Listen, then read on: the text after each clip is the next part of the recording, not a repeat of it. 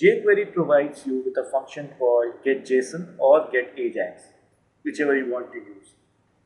I have used getJSON because Flickr returns the feed in JSON format, so why not? GetJSON is quite easy. Just define the query. Query is basically the request string which I have created here, and the function which will be used when the query returns. Just like a callback, or when the result from a XML HTTP request, when the result is a success, we use a function.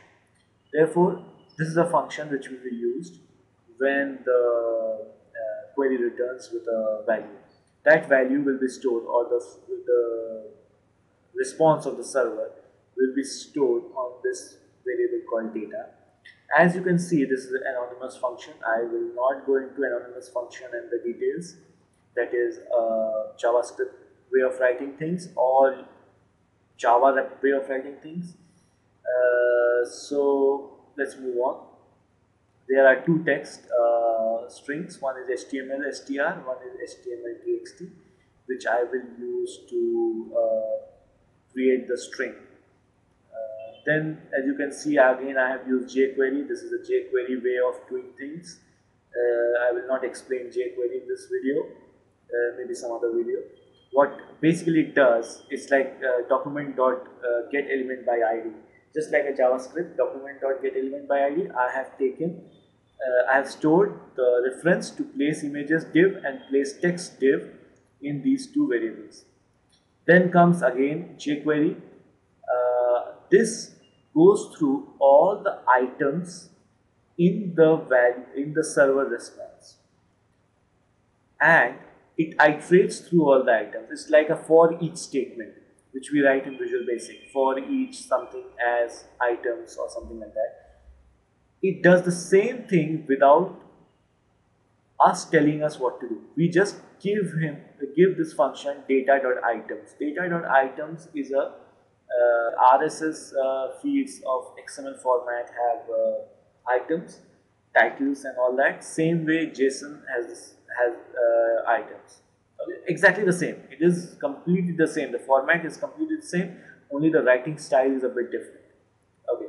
Now for each function, iterates through each items, and each item is passed to this anonymous function as a variable called item, and each iteration has a value or a counter called I, which is incremented automatically. You do not have to write I++ or a for I loop or anything. So let's start. First thing what I'm trying to do here is to get the small images. I do not want the large images, so I've just used this line.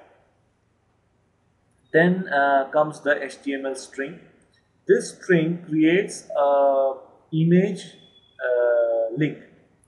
The image will be shown as a link, so that if the person clicks on the link on the images, it will follow it back to the original thing. Alright, so what happens here? As you know, there is a tag inside which there is the image tag, and as you can see, I have used again the item variable which was given to me by for each of jQuery. There is some other styling which I have done, like I have taken it to the left side. Top is 0, width is 90%, height is 99%, and Z index I have stored so that all the divs which I have appended are stored on top of each other. Okay, so it's like a stack. And what I will do, I will use jQuery to basically to flip through those tags. Okay, so what I'm doing is for each element in these items, I'm creating a div and appending it to either the image or the text. Okay, so basically place images and place text are the master div, and inside those divs will be all the photographs in their own divs. Why I'm doing it so? Because handling divs is much more easier than handling separate images or separate link tag. I prefer to handle divs. You can do it separately.